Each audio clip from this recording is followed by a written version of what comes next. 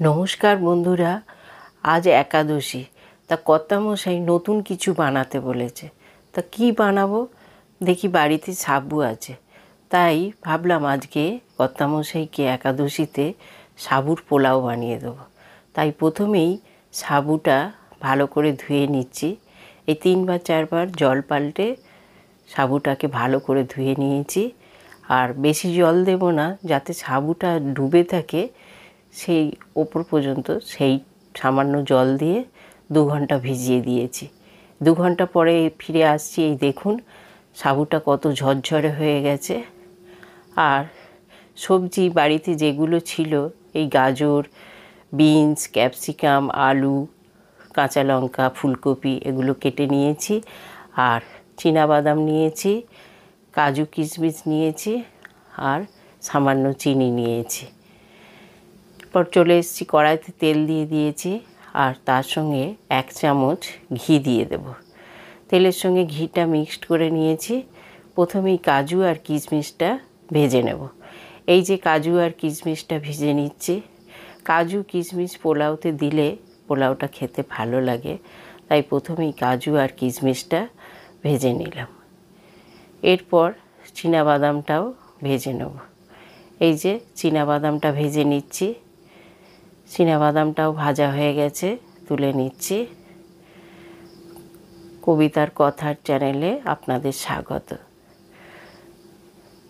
আমার এই চ্যানেলটি ভালো লাগলে, এই ছোট ছোট রান্না ব্লগ ভালো লাগলে আপনারা লাইক, কমেন্ট, শেয়ার করবেন। এদিকে তেলে আমি জিরে ফোড়ন দিয়ে এক এক করে সবজিগুলো ভেজে নিচ্ছি। প্রথমেই আলুটা দিয়ে দিয়েছি। আলুটা একটু সামান্য নাড়াচাড়া করে এবারে আমি ফুলকপিটা তুলে দেব। ফুলকপিটা দিয়েও সামান্য নাড়াচাড়া করে নেব। এই যে ফুলকপিটা তুলে দিলাম, দিয়ে এটাও সামান্য নাড়াচাড়া করে নিচ্ছি। আমার এই ভিডিওগুলো ভালো লাগলে আপনারা লাইক, শেয়ার, কমেন্ট করবেন, আর চ্যানেলটিকে সাবস্ক্রাইব করবেন। এই দেখুন গাজরটাও তুলে দিয়েছি।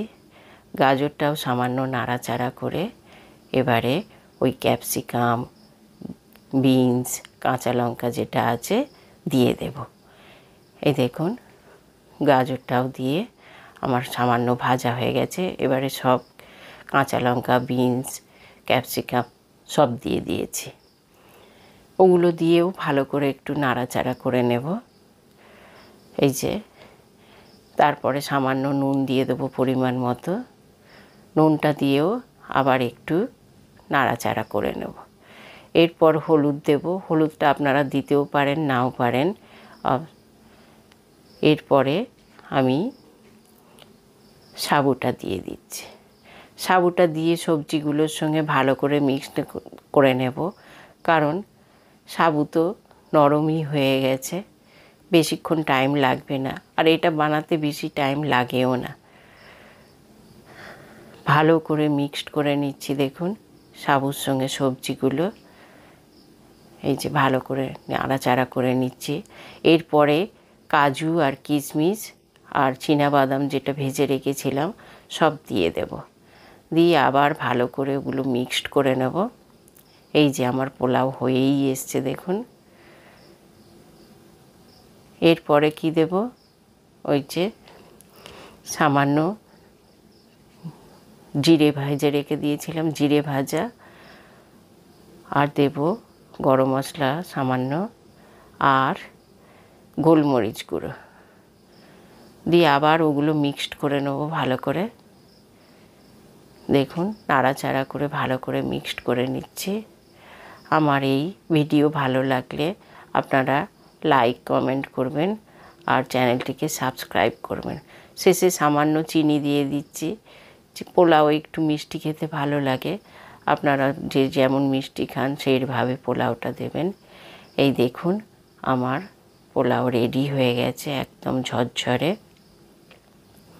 আর খেতেও খুব ভালো হয়েছিল। আমার এই ভিডিওটা ভালো লাগলে আপনারা লাইক করবেন। ভিডিওটা এখানেই শেষ করছি।